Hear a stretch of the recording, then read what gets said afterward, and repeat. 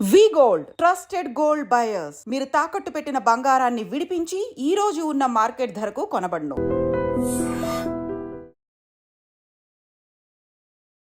Hi hello నమస్తే welcome back to iDream media. ఈరోజు మనతో ఉన్నారు సర్టిఫైడ్ ఫైనాన్షియల్ ప్లానర్ అలాగే SEBI certified equity market analyst అయిన అనిల్ కుమార్ బొత్సు గారు. ముఖ్యంగా ఐటీ సెక్టర్ అనేది మీరు అబ్జర్వ్ చేస్తే ఫ్యూ మంత్స్గా ఫాల్లోనే ఉంది.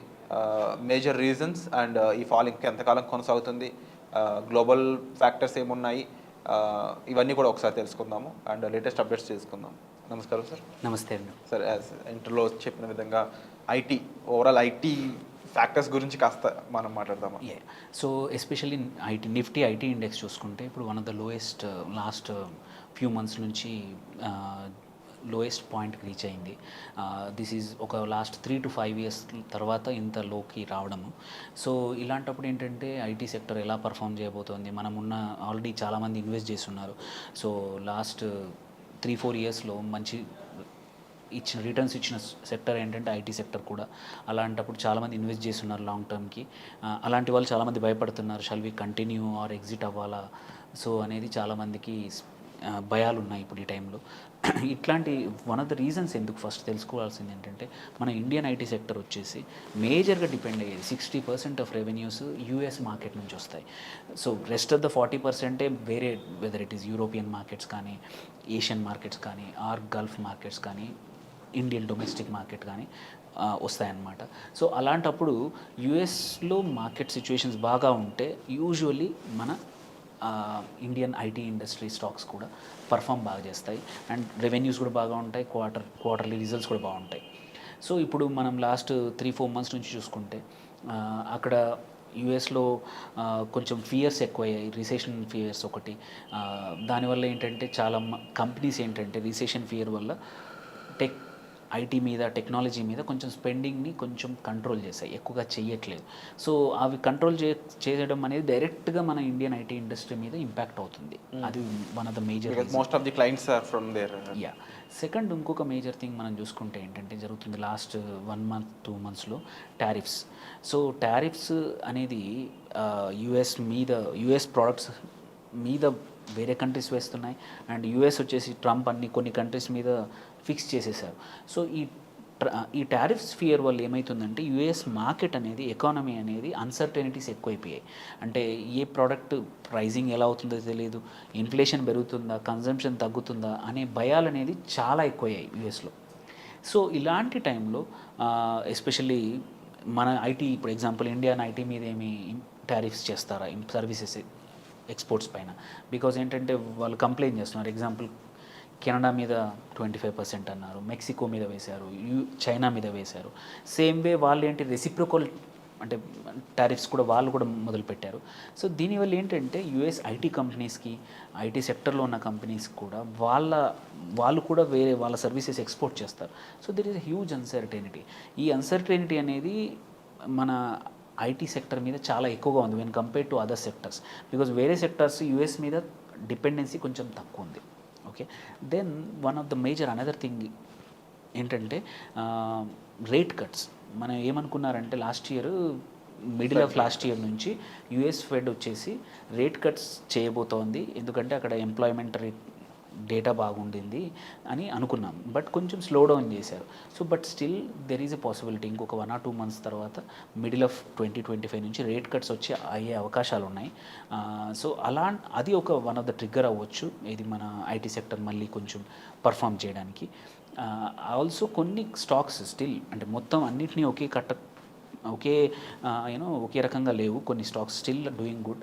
పర్సిస్టెంట్ సిస్టమ్స్ కానీ, quite few stocks, even Infosys కానీ, హెచ్సిఎల్ కూడా దే ఆర్ అహెడ్. విప్రో కొంచెం వెనకాల ఉంది ఇప్పుడున్న కరెంట్ ట్రెండ్స్ని పట్టుకోవడానికి. సో అట్లాంటి స్టాక్స్కి పెద్దగా ఇబ్బంది ఏం లేదు.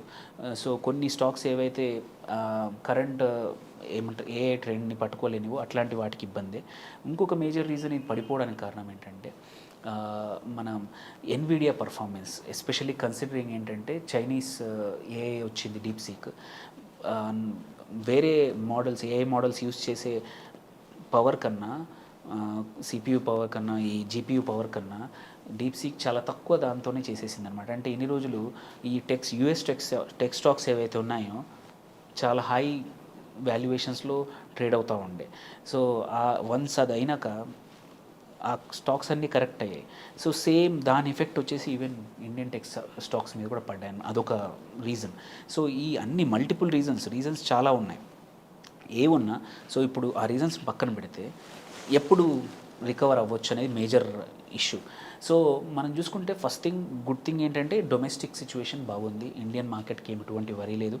యాక్చువల్లీ మనము మార్కెట్స్ డౌన్ అయినా డేటా చూసుకుంటే మ్యాక్రో డేటా తీసుకుంటే లాస్ట్ 15 డేస్లో ఆర్బీఐ క్వైట్ అ ఫ్యూ మంచి మెజర్స్ తీసుకుంది. అండ్ ఆల్సో మన జీడిపి డేటా కూడా మంచి బెటర్ దాన్ ఎక్స్పెక్టెడ్ వచ్చింది. అండ్ ఫ్యూచర్ కూడా మంచి ప్రెడిక్షన్ వచ్చింది. Q4 రిజల్ట్స్ పాజిటివ్ ఉండడానికి స్కోప్ చాలా క్వార్టర్ కంపెనీస్ కూడా అనౌన్స్ చేశాయి. మోస్ట్లీ Q4 ఎప్పుడు పాజిటివ్ ఉంటుంది అండ్ అంటే అనుకున్న దానికన్నా బెటర్గా ఉంది. సో కొన్ని ఇంకా వర్స్ ఉంటుంది అనుకున్న దానికన్నా బెటర్గా ఉంది. And inflation data is also very good Indian data. So ఇన్ని మంచి జరుగుతున్నాయి.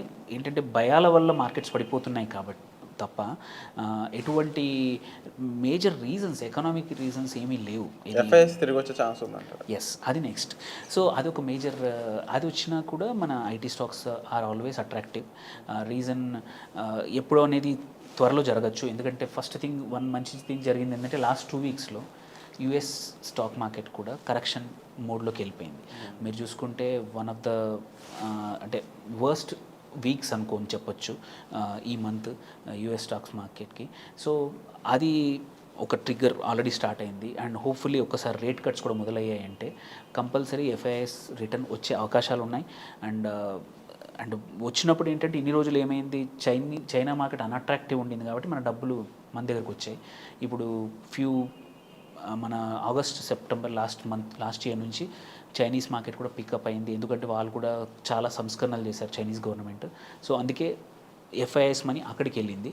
సో అది ఎక్కువ రోజులు అక్కడ ఉండదు. వన్స్ ఇక్కడ ఈ రేట్స్ కొంచెం తగ్గాయి అనుకో, ఎందుకంటే 4% అక్కడే వస్తున్నప్పుడు యుఎస్లోనే డెట్ మీద బాండ్స్ మీద 4% వచ్చినప్పుడు నువ్వు డిప్రిషియేటింగ్ యాసెట్ మన కరెన్సీ మనం చూసుకుంటే లాస్ట్ ఇయర్కి పడిపోయింది. ఈ ఇయర్ ఇంకా కొంచెం పడిపోయే అవకాశాలు ఉన్నాయి. So that is another potential issue అనమాట. సో ఇవన్నిటిని ఓవర్కమ్ చేసే అవకాశాలు ప్రాబబ్లీ ఇంకో few months, I would say mid నుంచి మారే అవకాశాలు ఉన్నాయి. ఫ్యూచర్ అయితే ఆప్టిమిస్టిక్గానే ఉంది. ఎవరైతే కాకపోతే ఏంటంటే కొన్ని స్టాక్స్ కన్సిస్టెంట్గా పర్ఫామ్ చేయట్లేదు.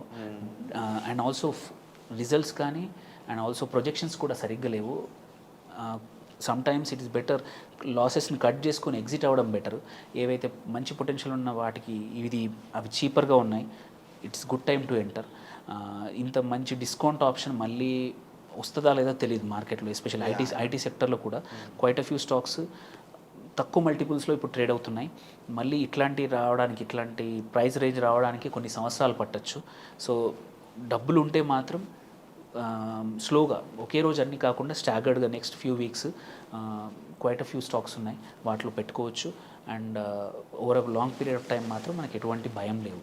Wonderful sir. So right information అనేది మీరు పొందారండి. ముఖ్యంగా ఐటీకి సంబంధించి చాలామంది భయపడుతూ కామెంట్స్ పెడుతూ ఉన్నారు కదా, మీరందరికీ కూడా ఒక మంచి గుడ్ న్యూస్ అనేది అనిల్ కుమార్ బచ్చు గారు చెప్పడం జరిగింది. అలాగే దాంట్లో ఏ స్టాక్ ఏంటి అనే విషయాలపై తెలుసుకోవాలనుకున్నా కూడా మీరు డిస్ప్లే నెంబర్స్ కాల్ చేసి సార్ సంప్రదించవచ్చు. వచ్చే ఎపిసోడ్లో మళ్ళీ కలుద్దాం. Thank you so much. Thank you అండి.